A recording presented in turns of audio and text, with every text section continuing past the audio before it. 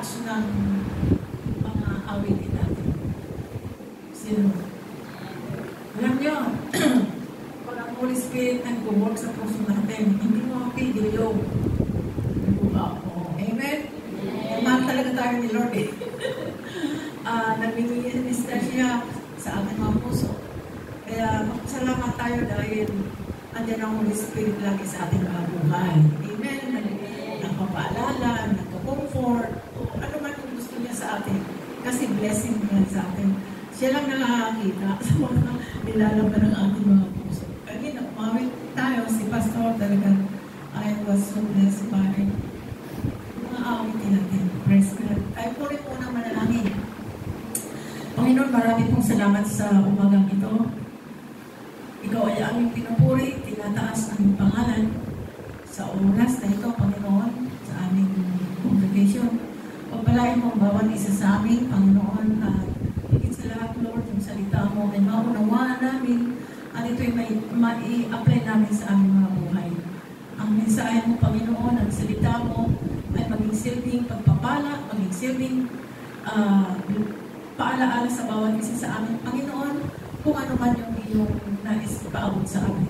Pagpalain mo kami, Panginoon. Sa pangalan ni Jesus, Amen. Praise God. Hallelujah. So,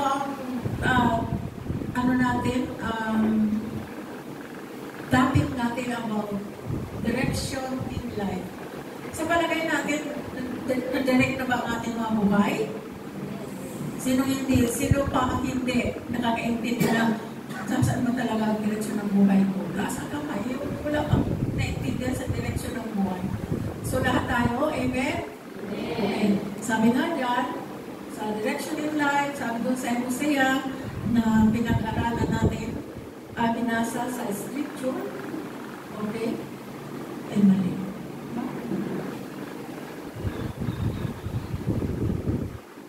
Okay. Sabi niya na, no, kasi binasa naman kanina, no? Sabi ni Hosea, sino ba si Hosea? Isang minor prophet. Okay. Ngayon, nakikiusap siya sa mga Israelita. Sabi nga dyan, manumbalik ka, Israel, kay Yahweh. No? Ang dahilan ng pagbagsak mo ay bukan ng iyong kasamaan. Sabagay, nabasa na natin kung kanina, so move tayo. Tapos, sabi doon sa verse 2, okay, dalhin ninyo ang inyong kahilingan, lumapit kayo kay Yahweh, sabihin ninyo, sa kanyang patawarin po ninyo kami iyong kahabagahan, at ang iyong tanggapin, manghahandog kami sa iyo ng papurit, no?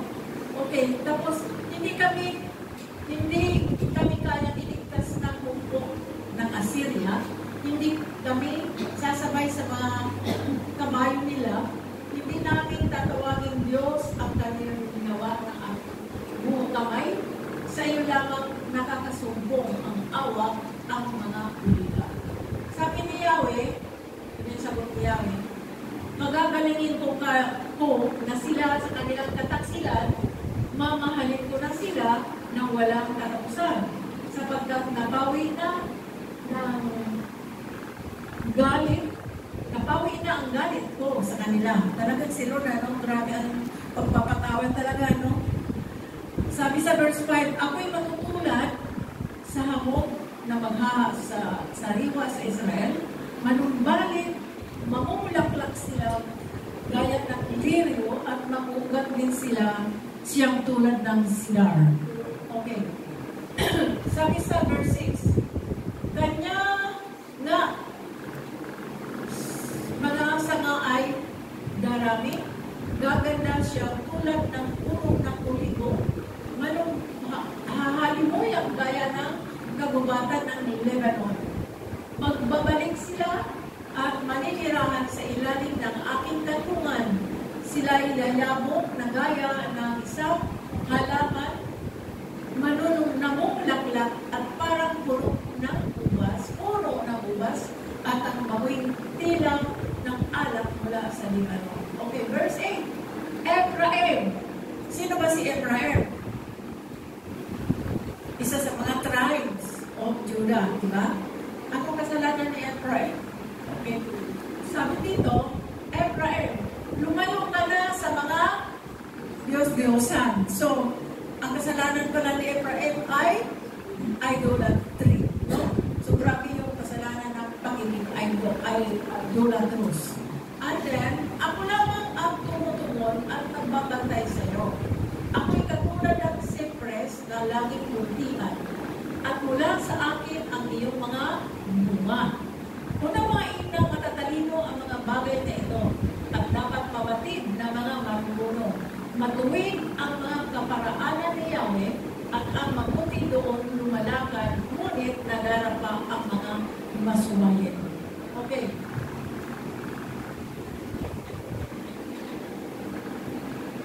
May kinalaman ba ito sa atin? Hindi naman tayo mga Israel kasi. May kinalaman ba yung Hosea? May kinalaman ba sa atin? Ano naging kasalanan ni Ephraim? Pagsamba sa mga Diyos-Diyosan. O tayo ba? Saan tayo nagbula? Diba? Bago tayo nakakilala ng lubusan sa Panginoon, grabe yung ating pagiging idolatrous. Amen ba? Totoo ba? Galing ba kayo doon?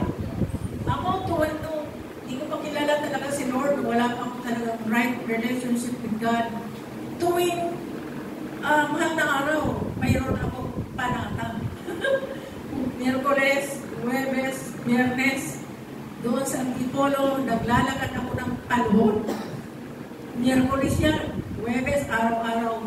Pagdating ng Biyernes, nalalaknak na ako. Bakit? Yung tuhod ko po ay nagnanaknak na sa sugat at tubo. Pero masaya ako kasi akala ko yun ang kaparaanan ko na talagang hinahanap ko si Lord. Balik pala. Yung pala, lalo pala ako nagkakasala kasi idol yung aking sinasamba. Si Mary, doon sa Antipolo, di ba? Nakarating na ko yun. Okay, so, makikita natin ang kaibahan nung nasa Panginoon ka at yung wala pa tayo sa Lord. Okay. Pero dito sinasabi, directions or direction. Okay, napapansin ba nyo dito directions? Dito, direction. Yung directions ay tinatawag na set of instruction or guidelines provided to achieve a particular task or its destination. Halimbawa, ikaw nagdadrive, hindi mo alam mapunta doon, may gamit ka na GPS. Minsan, hindi mo makakalitan. Okay. Wala talaga ang perfect, ano? Hindi ko pa dyan. Okay? Itong isa, direction. On the other hand, has a broader usage. Often referring to singular course or orientation. It can describe physical movement like eastward or abstract guidance such as project or life decision. So, saan ba tayo dito? Direction or directions or direction? Sa number 2, direction. Ano kasi tayo ngayon, ang ating buhay ay isa lang ang ating target. Ang patungo sa langit. So, kailangan talaga natin ang direksyon tungkol sa ating pagdidesisyon sa ating mga buhay. Okay, next. Sabi dito, what direction in life should we focus on? Oneself or on God? Saan tayo ngayon nakapokus sa direksyon ng ating buhay? Sa sarili natin o sa Diyos? Dati sa sarili natin at madalas napapahamak tayo. Amen? Madalas napapahamak tayo pag ito ang sinusunod natin. Making your own choices, learning to effectively solve problems, and taking control and responsibility for oneself or self-direction. Madalas tayo dito napapahamak mga kapatid, di ba? Akala ko yung ginagawa natin ay tama, pero pagdating sa dulo ay nangyayari sa atin, ay, bagsak na naman ako. Ay, hindi na naman nagtagumpay ang mga plano. Ay, hindi na naman nagtagumpay ang aking mga ginagawa. Amen? Kasi self-direction, self-direction ang ating. Sa sarili natin, ibig sabihin, walang nag-guide sa atin. Sarili lang natin. Okay, so,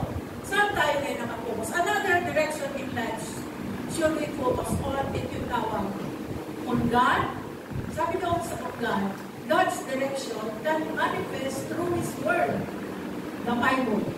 Like prayer, seeking God's Word, listen to the Holy Spirit. O ito yung ginagawa natin, amen? Meron tayong prayer, meron tayong paghahanap, seeking God's Word, yung Word of God na talagang ating binubulay-bulay at makita mong sarili mo, ay iba na pala ang nangyayari sa buhay mo. May peace, may comfort, di ba? At saka nakapokus na talaga tayo sa ating Panginoon. At yung sarili natin ay okay lang yan, wala na yung mga direksyon na yung ating mga self-decision. So we are focusing now on God's direction. Na kadalasan, dito sa pagtangan natin ng self-direction, oneself or self-direction, grabe yung ginagawa natin, amen? Grabe!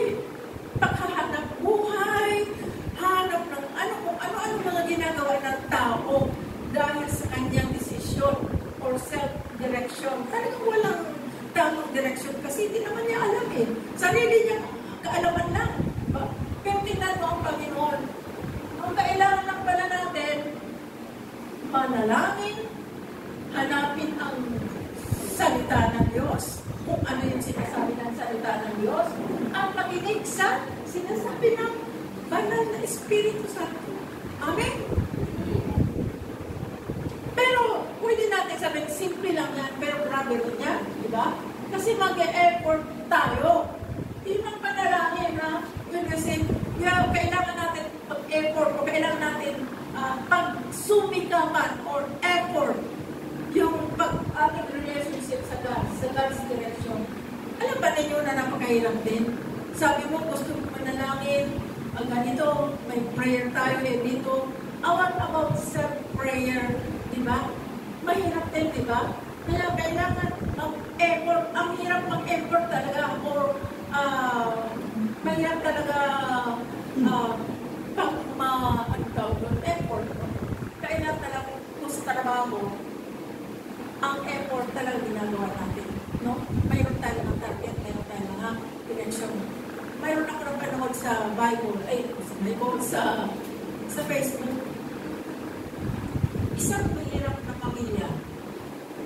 Pero yung anak, ewan ko siguro panood din nakikita lang. Ang anak, sabi, tatay, gusto ko mag-aral. Gusto ko makatapos ng isang kurso para matulungan dito. Ay, hindi nila kaya kasi wala talaga. Mahirap na mahirap. Ang ginagawa ng mga dahil napaganda ng plano ng kanyang anak, may tinatarget mga tulong matapos. Ang ama na ito, araw-araw, tagtatrabaho kasi farmer siya. Grabe ang hirap niya. Bakit? Gusto niya makaot yung pangarap ng kanyang anak. So what I mean is, what about us? Yung prayer lang, hindi natin masunod. Amen? Sabi mo, mag-pray tayo, ganito, 3 times a week, a day. Pero hindi natin nasusunod. Hindi natin, kasi yung effort natin, kailangan gawin natin. Para masunod natin yung God's direction. Yung paghahanap ng salita ng Diyos, yung salita ng Diyos, kailangan natin binubuksan ang ating mga Bible. Diba? Pag may problema ka lang, bubuksan mo ang Bible, may manalangin ka lang. Pero we are seeking God's word in the sense na we want God na ang ating buhay ay talagang nakadirect sa Kanya. So, yan po mga tools o mga pamamaraan para tayo ay huwag mapalayo sa Panginoon. Amen? Ano pa yung listening to the Holy Spirit message? Ang Panginoon, minsan sinasabi sa atin ng Holy Spirit, huwag kang kumaan dyan, huwag kang pumunta dyan. Pero self-direction ang sinusunod ko, kaya napapahamak tayo. So, alin ang gusto natin? On God's direction or focus or self-focus? Siyempre, on God's focus. So, ito na naman, binasa natin kanina, yung direction, ayan, nakulit lang. So, directions ay ganyan, hindi tayo dyan. Pero ang direction dito ay ang ating mga life decision. Okay, next. Ano ang sinasabi ng Biblia tungkol sa direction in life. Okay. The Bible say about direction in life. Sabi doon sa Proverbs chapter 3 verses 5 to 6. Number 1 is, trust in the Lord with all your heart and lean not on your understanding. In all your ways submit to Him, and He will make your path straight. Wala na tayo doon sa self-direction, di ba? Hindi na tayo nakapokus sa ating self. No. Kundi, nandito na tayo, ano na tayo sa Panginoon. Nag-decide na tayo na direksyon tayo. Ang direksyon natin ay talaga manatili sa ating relationship kay Lord. Kaya, number 1 is, ano sinasabi ng Lord? Trust in the Lord. Tapos sabi niya, ano man ang mga problema natin, ibigay natin sa Panginoon. No, kapatid, marami pa rin mga Kristiyano na kahit nasa may trust in the Lord. Pero, alam mo si Lord, lagi din nagbibigay sa atin yan ng testing yan. Amen. Kung gaano ka sa Kanya, gaano ka loyal, o gaano ka honest, o gaano yung ating pananampalataya sa Kanya. Amen. Kaya, tandaan natin, number 1,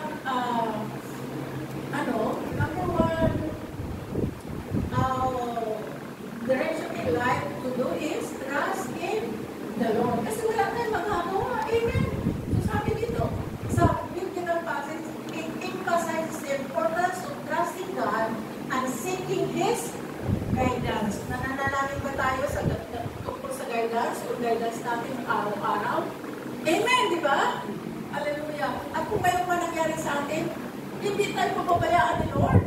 Kasi may ginawa tayo, meron tayong hakbang sa pananampalataya na we are the children of God, and God will continue to guide us and direct us wherever we go. Amen. Kaya huwag kayo mag-alala. Kung may mga nangyari sa atin, may mga nangyari sa atin na hindi natin inasahan, trust in the Lord, and God will guide us, God will direct us. Sabi dito tapos sabi dyan, it encourages reliance on divine wisdom rather than relying solely on human understanding. Walang magagawa yung human understanding. Walang magagawa yung ating mga self-direction natin, mga self-understanding. Walang magagawa yan. Tanging kay Lord lang talaga. Amen! Yes. Okay, hallelujah. Sabi sa Proverbs 16 verse 9, in their hearts, humans plan their course, but the Lord establishes their steps. Minsan, alam mo, bilang mga Kristiyano, ang dami lang sa mga plano, di ba? Lord, ito po ang aming plano, ito yung aming mga na-establish. Pero nagbibigay tayo, nag-ask tayo ng direksyon. Lord, i-direct po kami kung ito yung tama ba itong aming mga plano sa aming mga buhay. Pero sabi ni Lord, parang hindi pa yata yan para sa'yo, parang hindi ka okay dyan. Ako ang magdidirect. Ito yung gagawin mo. Amen? Di ba may mga plano tayo na pagdating sa tamang actual ay naiiba. Kasi yun ay plano na ng Panginoon. The Lord establishes their steps. Ibig sabihin, ang tao nagpaplano, ang Diyos ang nagpapatupad. Hallelujah! Napakaganda ng mga salita ng Panginoon. Palapakan muna natin si Lord. So, trust in God. Okay, next is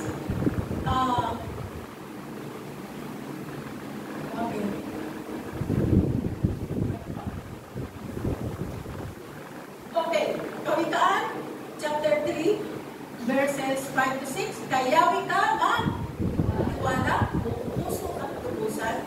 Huwag kang mananangan sa sariling karunungan. Sa lahat ng iyong gawain, siya'y kahit alalahanin upang ikaw ay pagbabayan sa iyong mga. So, yun ang sinabi ni Lord. Kaya, huwag natin baliwalain si Lord. Amen? Minsan meron kang gustong gawin.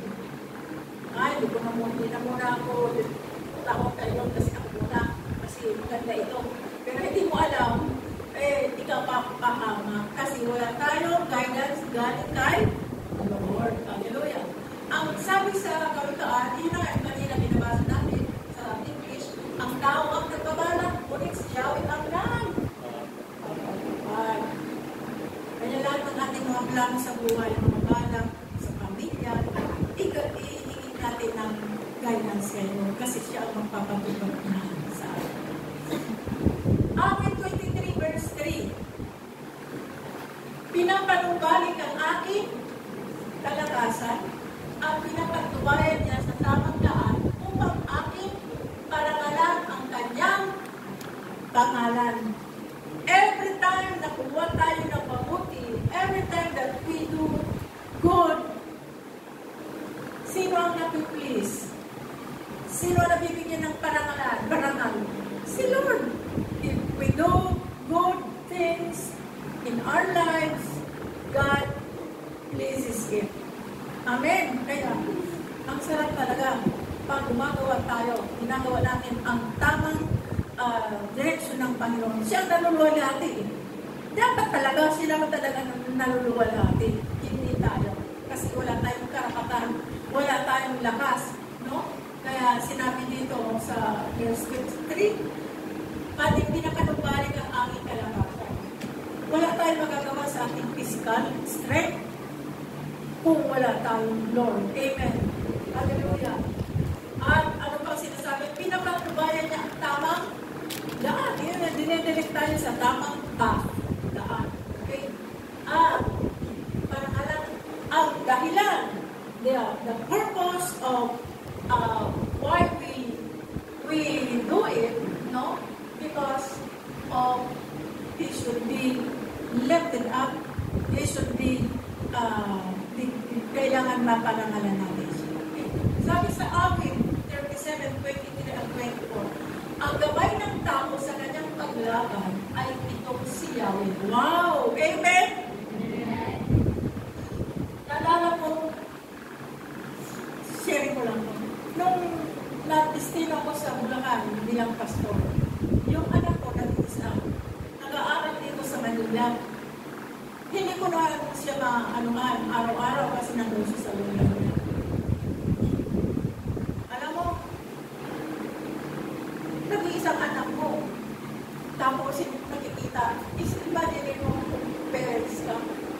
Pero dahil nagtitiwala ako sa Panginoon, Lord, ang anak ko, pag sumakay na niya ng bus, papuntang school, hindi ko na siya nakikita. Amen? Hindi ko na alam kung anong mangyayari sa kanya. Pero dahil sa tunay na pag-trust ko kay Lord, ang anak ko ay nasa mabuting kalalagayan. Because I truly trust in God that God will take care of my son araw-araw. Kasi na-destino ako, hindi ko siya nakikita. Imagine, nag-iisang mong anak, hindi ko siya nakikita. Pero dahil sa paglilingkod ko sa Panginoon, binigyan ako ni Lord ng courage na huwag ka mag-alala. I will take good care of your son. Amen? Amen. Hallelujah. Dapat ganun po tayo.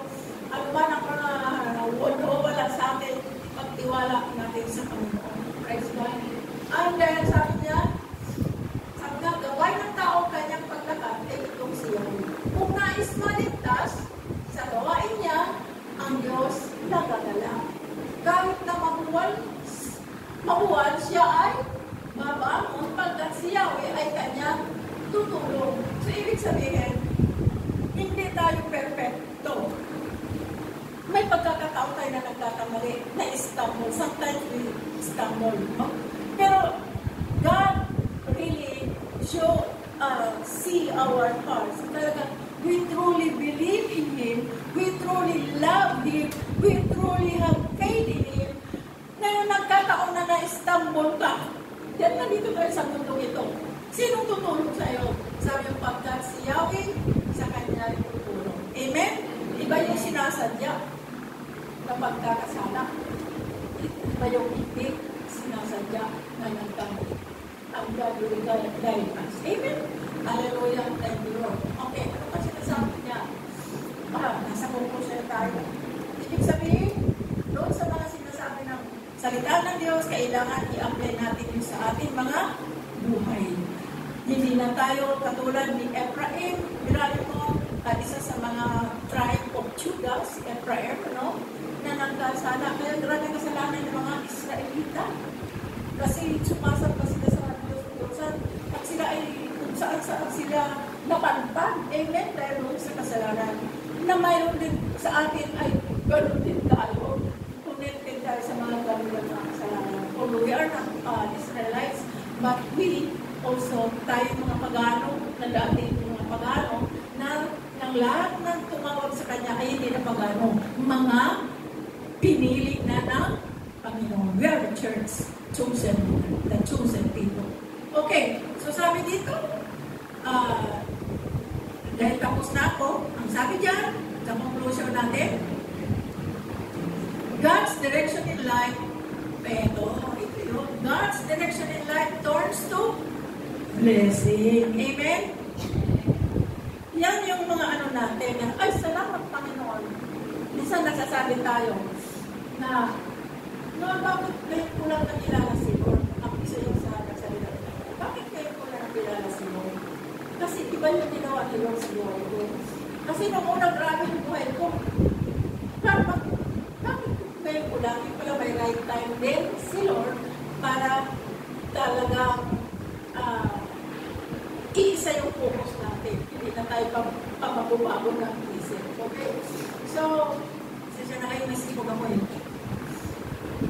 So, dito, sa God's direction in life, it turns to blessing.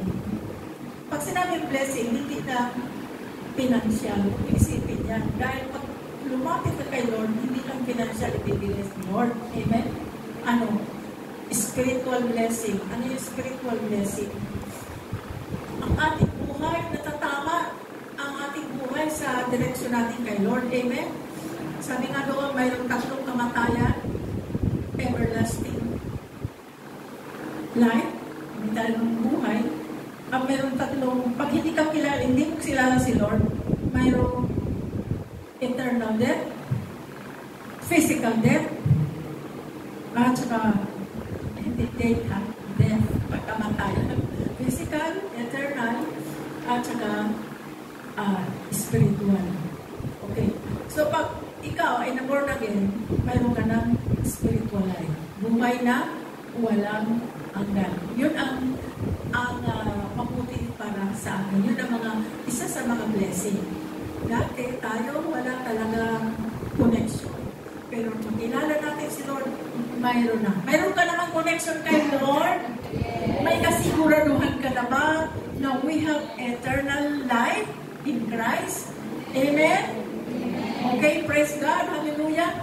Nag-e-effort ka na ba ngayon sa right relationship mo kay Lord? Pinagsisikapan mo ba natin ngayon na talagang kailangan natin manatili kay Lord? Kasi grabe talaga nangyayari ngayon mga kapatid. Grabe nga nangyayari ngayon.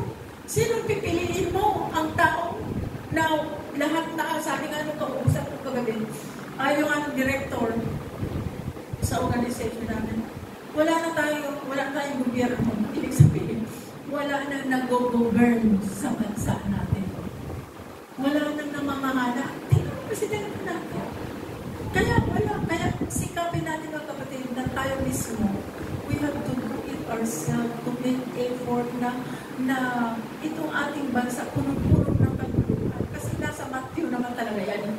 Talaga it will come to pass na ang buong mundo ay magkakaroon ng kaguluhan. So, as Christian, we have to make effort in our lives to continue seeking God at talagang itama ang relationship natin kay Lord.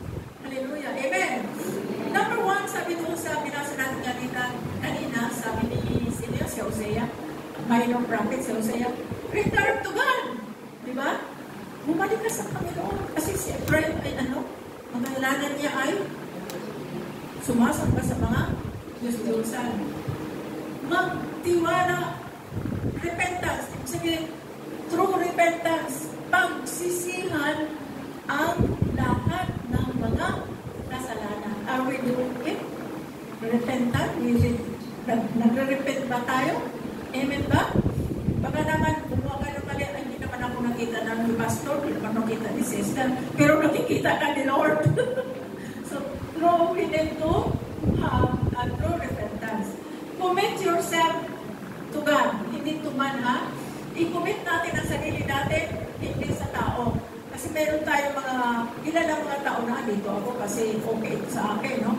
Kundi, God, kailangan natin, commit natin ang sarili natin sa Panginoon. Dahil it will turn to blessing.